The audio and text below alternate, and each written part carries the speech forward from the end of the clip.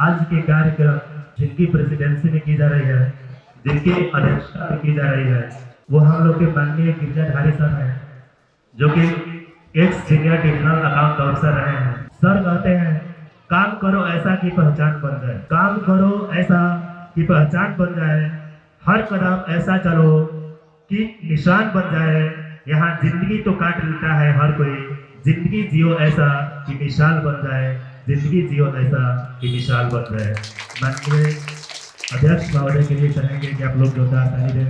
आज इस करूप की धरती पर विद्या क्लासेस के डायरेक्टर हरीश कुमार जी, हमारे हम लोग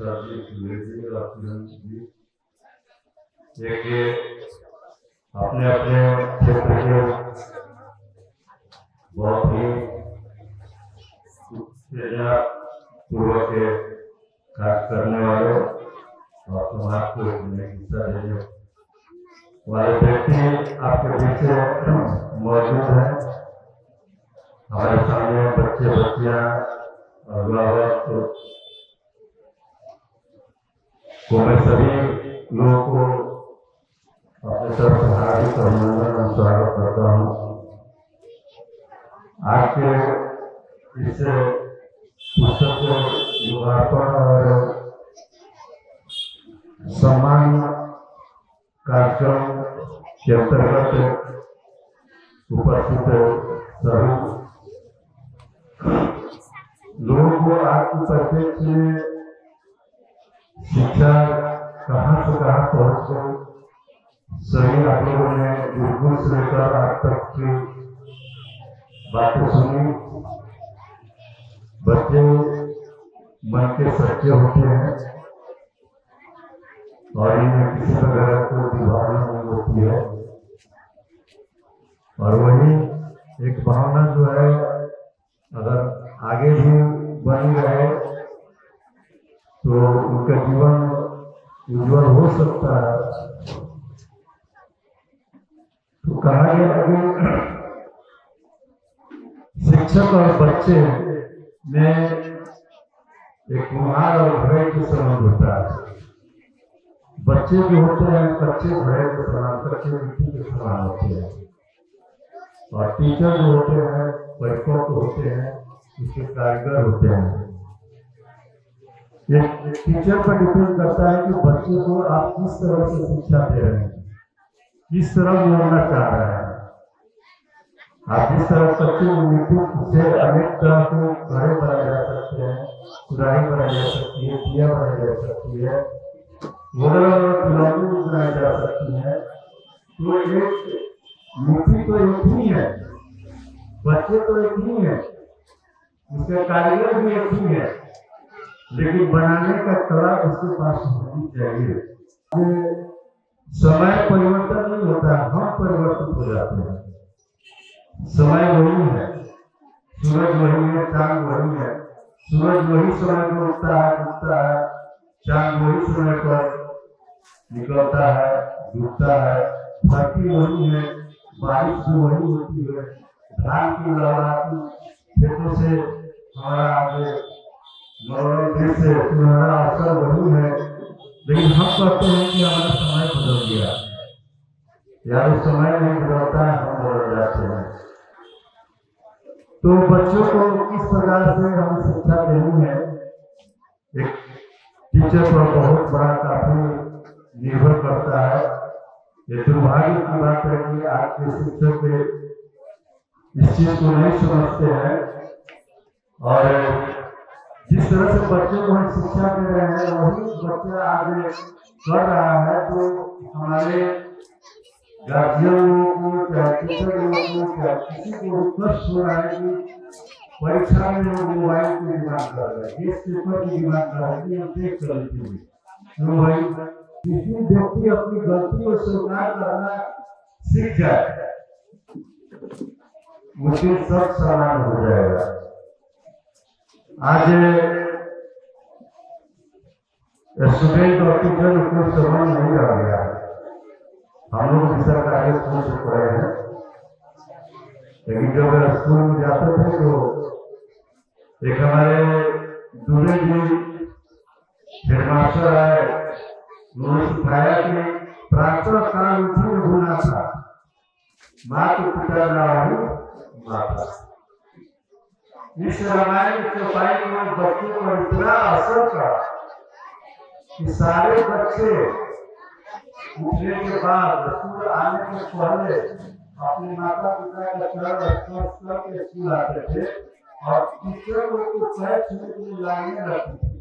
लाइन लगता था तो टीचर को हम पैर छूने तो स्कूल मिल जाए। हमारे वो टीचरों की भावना नहीं है कि बच्चों को किस प्रकार मोड़े ताकि इन लोगों का भविष्य जो है अच्छा हो सके। पढ़ाई तो वही है, पढ़ी वही है, वही है। हमारे टीचर भी यहाँ बैठे हुए हैं। ये बता दें कि स्कूल में ब्लैक बोर्ड पर कोई टीचर बच्चे 50 गो हैं, आप कोई व्यक्ति है तो क्या किसी बच्चों को दूसरे साइड से बताते हैं कि सीधा बताते हैं? कोई फॉर्मूला हो है प्लस बी का होल स्क्वायर स्क्वायर प्लस ए प्लस बी होल स्क्वायर, ये सभी बच्चों को एक समान बताया जाता है। मैंने कई टीचरों से पूछा कि सभी बच्चों को एक समान ये बताया तो कुछ लड़के फेल क्यों कर गए?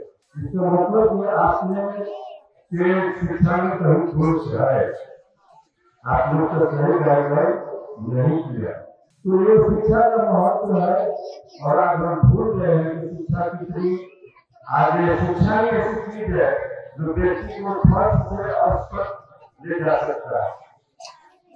देखिए गरीब परिवार का बच्चे भी IAS बन सकता है और देश का प्रधानमंत्री राष्ट्रपति भी बन सकता है ड्यू टू एजुकेशन। बच्चों की थोड़ी भावना डालनी है और हमारे ड्रग इंस्पेक्टर साहब बहुत ही अच्छे ऑलरेडी बहुत ही लड़के डिसिप्लिन है तो देखिए जो बच्चे दो चीज सीख लिया, लेकिन पंक्चुअलिटी और दूसरा डिसिप्लिन, समय का महत्व और अनुशासन, वो किसी का मोहताज नहीं जाएगा आगे बढ़ने से। उसको दुनिया की ताकत नहीं हो सकती है।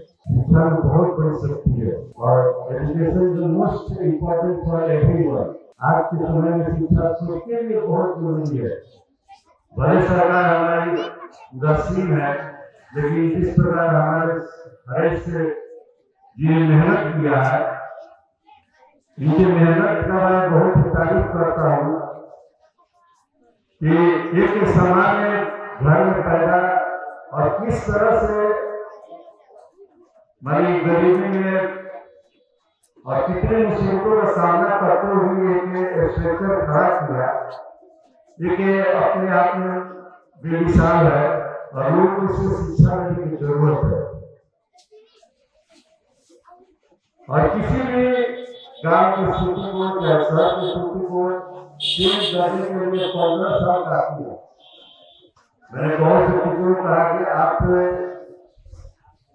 1 से लेकर 15 तक मैट्रिक तक बच्चों को अगर आप सही शिक्षा देते हैं, कोई अच्छी चीज बताते हैं तो 15 साल में एक जनरेशन का पूरा चेंज हो सकता है।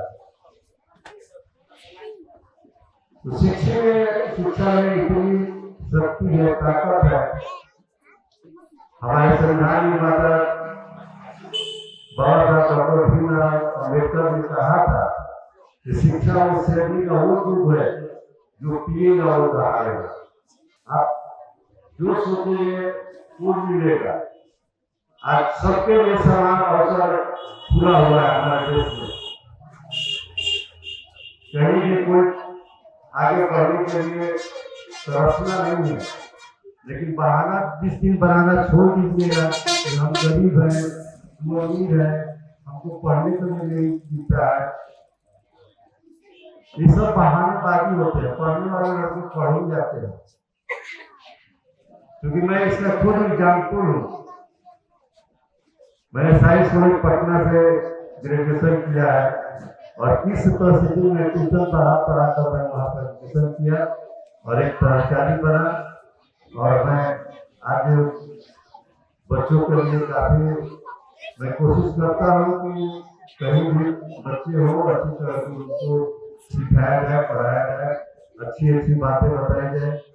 आज तो वो चीज रहा ही नहीं, संस्कृत पढ़ाई जाती थी, इतनी अच्छी अच्छी मतलब उसमें शिक्षा दी जाती थी, आज तो वो मिलता नहीं है।